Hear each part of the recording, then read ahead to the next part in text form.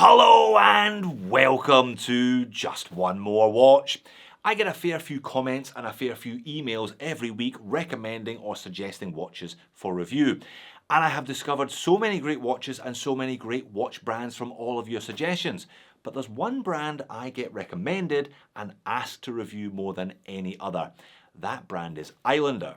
And today I am reviewing my first Islander watch. I'm sure most of you know this by now, but Islander is the in-house watch brand created and operated by Marc from Long Island Watches. The man that brought double fisting to the masses and surely one of the nicest gentlemen in this wonderful hobby of ours. For example, last month Marc donated the princely sum of 1,000 Australian dollars to my Shipbox Rally donation page. What a man. Now, Marc has been selling watches for 20 years, but making watches for just over 3 years.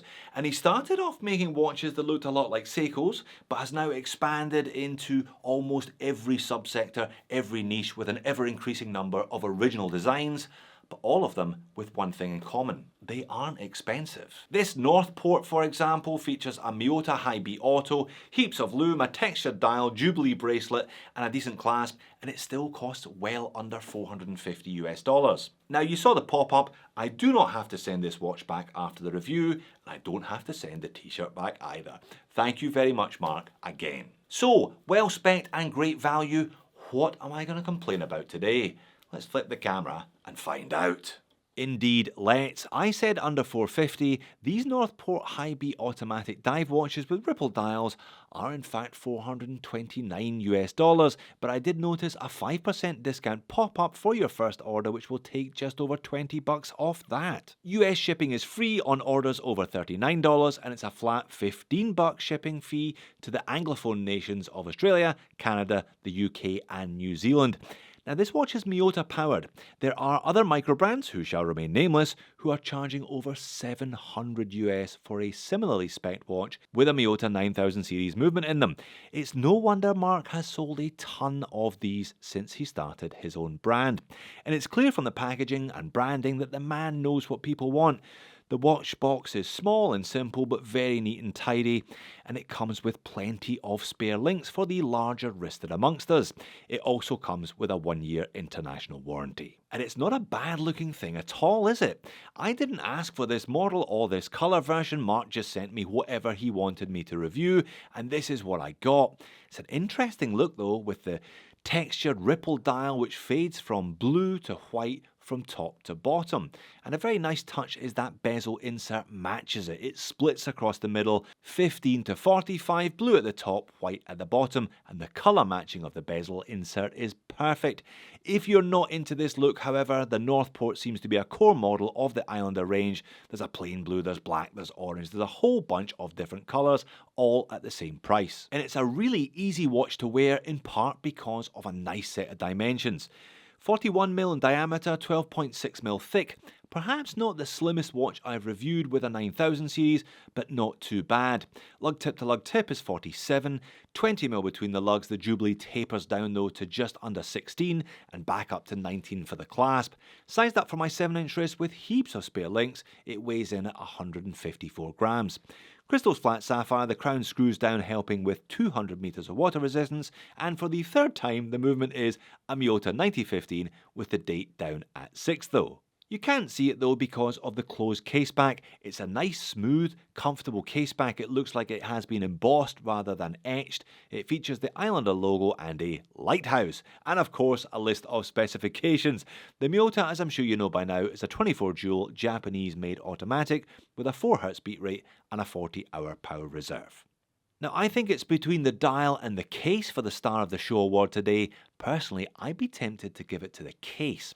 It's nicely finished and nicely thought out with drilled lugs, a pleasant curve towards those drilled lugs, and some nice mixed finishing.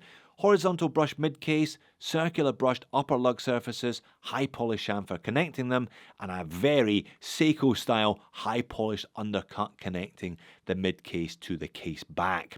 Very comfortable on wrist, as I said.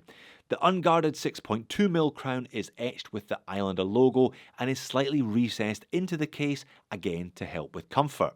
The coin edge bezel is very well finished considering the modest price point of the watch. It's 120 click, and you know what? It sounds and feels just like a Seiko bezel. Seiko does not give you a fully loomed sapphire insert though, not for $400, not frankly for any price. Now the bracelet is a Jubilee, but what do you notice about it? It's all brushed. Normally those 3 center links would be high polished and just the outer 2 brushed. This serves to take the dressy edge off the Jubilee. It's not common. I do have one other Jubilee like this in my collection and I enjoy it for that very reason. The links are held together with screws. I've already discussed the taper and it features a double milled clasp with double security pushers and 6 holes to micro adjust. Now, small links plus 6 holes equals a good fit. If you don't get a good fit with this one, it's not Marc's fault, it's yours. Back to the dial and hands. Silver surrounded batons are applied with larger rectangles at the 12, the 3 and the 9 and smaller rectangular batons everywhere else. Stick hands are also high polished with a gentle curve to them rather than an obvious bevel or step. The needle second hand has a loom paddle at the tip. Now the hands and indices are not all that exciting to be honest, but that's where the ripple dial comes in, and it's a really nice level of texture. It's noticeable from some angles but never in your face and very organic looking thanks to the inconsistency of that ripple pattern. Now it is a molded dial, as such the Islander name and logo and all dial text is actually part of the dial. It's not printed on top if you see what I mean. There's a silver frame around the date complication at 6 and an angled white chapter ring beyond that. Interestingly, the chapter ring has hash marks every minute, but more prominent markings only at the 15s rather than the 5s.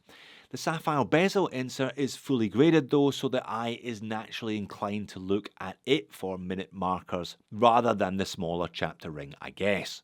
And the bezel features numerals at the 10s, quite large ones actually filling up the space. Again, the eye is therefore drawn to them, helping the watch look bigger than it is, thereby adding extra presence without adding extra bulk. And by the way, Marc is showing his roots as a Seiko modder because the Northport is compatible with SKX bezels, inserts and crystals. I'm not really sure why you'd want to mod this watch, but you can if you want to. And if you're a fan of loom, you will not be disappointed here, will you? Bloody hell, look at that. BGW9, of course, a blue watch needs BGW9 loom and full loom on the bezel insert. Now, it looks fantastic initially, really fantastic initially, but if I speed it up, you can see that maybe it doesn't last quite as well as I was hoping for. The hands and indices are still pretty good at the end of my test, but the split bezel has faded, especially the top. You can still see the time though, which I guess is the main thing. Finally, let's get it on wrist. Very well proportioned, very comfortable. The recessed crown, the high polished undercut, the straight cut female end links, meaning the bracelet contours to the wrist straight away, and the fact that it's on a Jubilee in the first place all help to make it very nice to wear. Now I have a 7-inch wrist for your reference. There are 5 spare links still in the box, which should accommodate 8¼ inch wrists comfortably. Therefore, I reckon all the way down to about 6¼ inch wrists because of how those end links and the bracelet work together. All very well thought out. Not super slim though at 12½. The bezel I think is actually responsible for that because it's quite tall.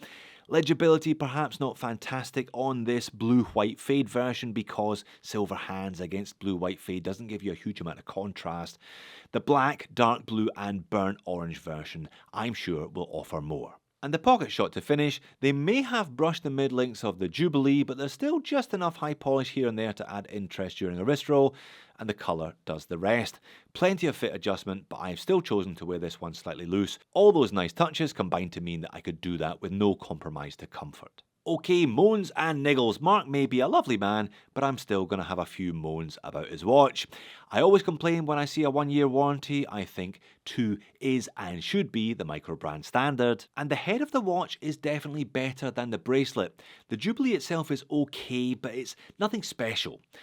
And the clasp, well, if this was 2020, I would think the clasp was awesome. But in 2023, on-the-fly adjustable clasps are becoming so much more prevalent, under $500 that this is no longer my preferred clasp on a micro brand dive watch. I would love to see this one therefore come with something that's adjustable and yet still small enough to be in keeping with the watch's proportions overall. And I can make the Northport look pretty hot using my fancy macro lens, etc, etc. but it is still slightly generic looking. Now the wave and the fade both add much needed interest because the baton hands and silver surround indices are something we've all seen many times before. And why does it have the movement brand and model number either side of the date complication? I guess it's the Seiko look that he's going here for. They print Japan and the movement number in a similar location on many of their watches. But that is one piece of Seiko they should have left out of this one. I don't think it works particularly well here, and it adds an element of asymmetry to what otherwise would have been a nicely symmetrical dial. And the brand itself doesn't really have a standalone identity. It is very much the in-house brand of Long Island watches. When you buy a watch these days, you also, to a greater or a lesser extent, buy into a brand. The brand name, the brand story, the brand messaging, and so on. And you don't really do that here. Instead, you very much buy into Marc and his watch retail business. You buy into his knowledge and his know-how, and you buy into the value he is able to offer. So it's a little bit different to that end. It's like buying a home brand rather than a big brand in some ways. Now, in fairness, Marc hasn't tried to separate off Islander from Long Island watches. They are very much attached, and he has built this brand off the back of his good reputation as a retailer. It'll be interesting though to see whether he feels the need to make it a bit more of a standalone product in the years to come, or if he's happy to continue with this strong association. But finally, having tried an Islander at long last, I can see why these things are so popular. Very well thought out from end to end, some nice touches, some nice specifications, and no real weaknesses. This is a great all-rounder. And at $400, it's also very well priced. So there you have it. If you're in the market for a great all-rounder, one of these makes a lot of sense. Marc clearly knows the kind of watches that people buy and has clearly decided that they may as well buy them from him. It'll be interesting to see how he goes creating a bit more brand identity for Island in the future. But as it stands, there's still a lot to recommend these watches. If this one didn't tickle your fancy, I think you can go one of two ways. AliExpress San Martin or big brand King Turtle. Thanks for watching this one all the way to the end. I hope to see you again in the next one.